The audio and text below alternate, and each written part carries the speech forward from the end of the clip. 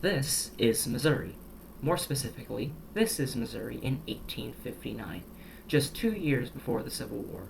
It was a time of uncertainty and uneasiness, and a time where one man, in combination of human error and miscommunication, almost tore the entire state in half. A bit of background context before we delve in.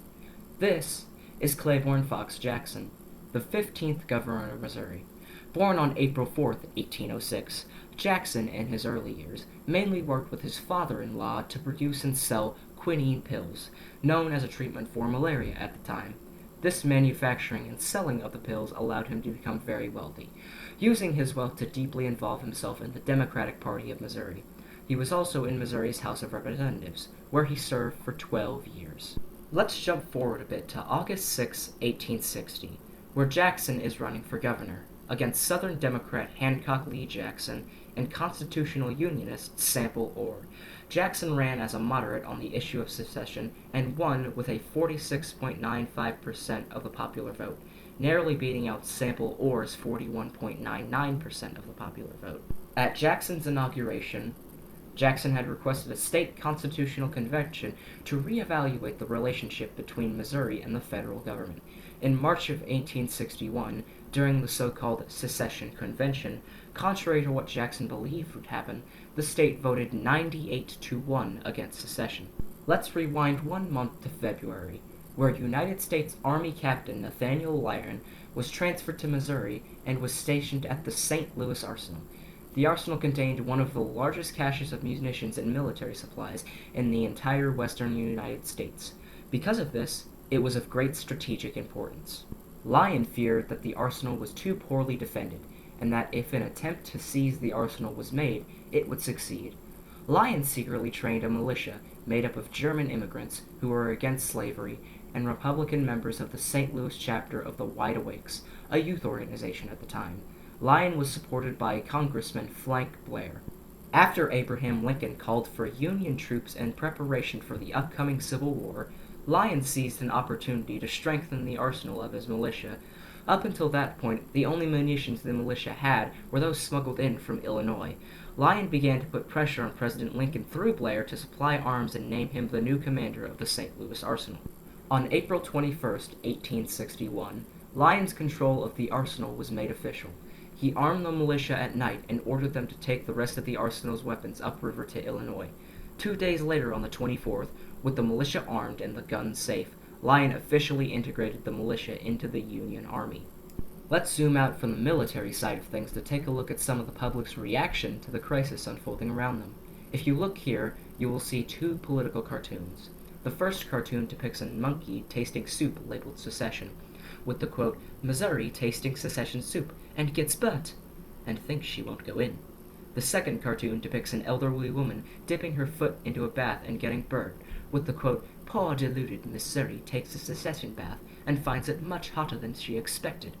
At around the same time of Lyon's militia, we come back to Claiborne Fox Jackson, who is conspiring with the newly formed Confederacy to supply arms to pro-Confederate forces in the Missouri State Militia.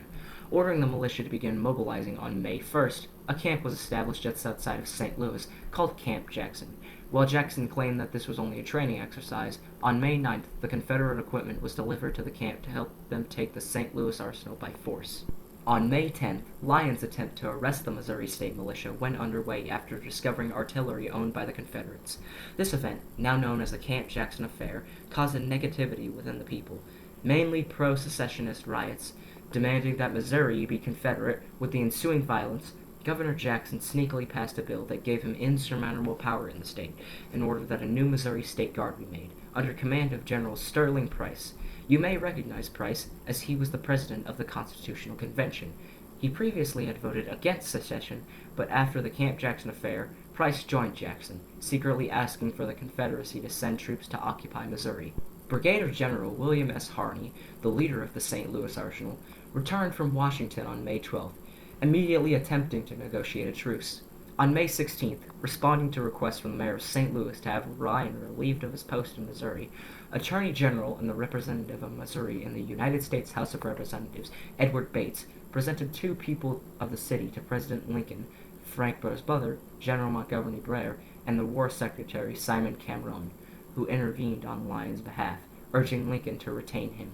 President Lincoln sided with Blair and Cameron. A week later, on the 23rd of May, Harney met with Price to draft up the Price-Harney Truce, which reads as follows. Quote, General Price, having by commission full authority over the militia of the state of Missouri, undertakes, with the sanction of the governor of the state, already declared, to direct the whole power of the state officers to maintain order within the state among the people thereof, and General Harney publicly declares that, this object being thus assured, he can have no occasion, as he has no wish, to make military movements which might otherwise create excitements and jealousies which he most certainly earnestly desires to avoid. The truce was a temporary alleviation to the growing hostilities between the two parties, but Blair and Lyon were discontent with the truce. The truce had limited federal forces entry into St. Louis, while allowing Jackson's now pro-Confederate Missouri State Guard free movement in the rest of the state. However, Blair had the upper hand, in the form of Lincoln authorizing Blair to dismiss Harney from command at any time of Blair's choosing.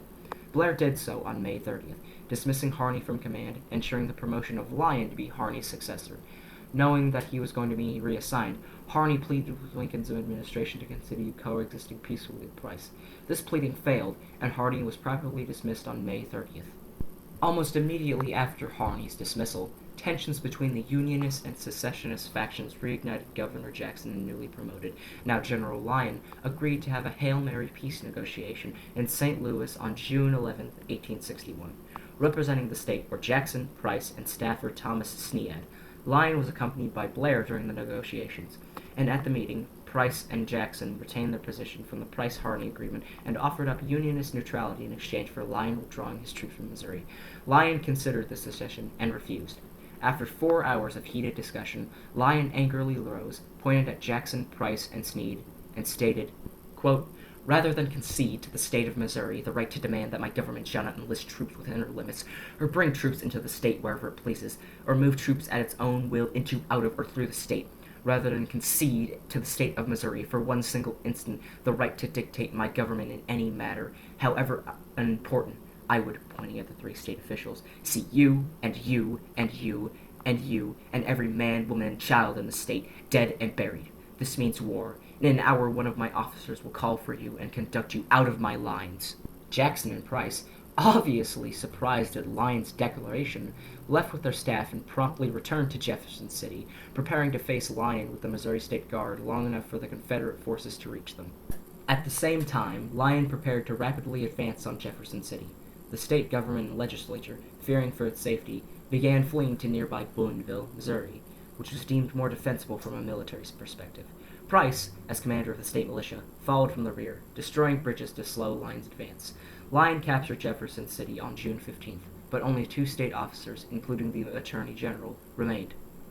On July 22nd, the Executive Committee of the Missouri State Convention reconvened and called for the convention to reassemble in Jefferson City. 8 days later, on July 30th, the convention declared all existing state offices vacant, installing Hamilton R. Gamble as the military governor of Missouri and appointing the new remaining state officers, not the newly elected Attorney General, was still in Jefferson City, but was soon arrested and deposed for refusing to take an oath to the second state government.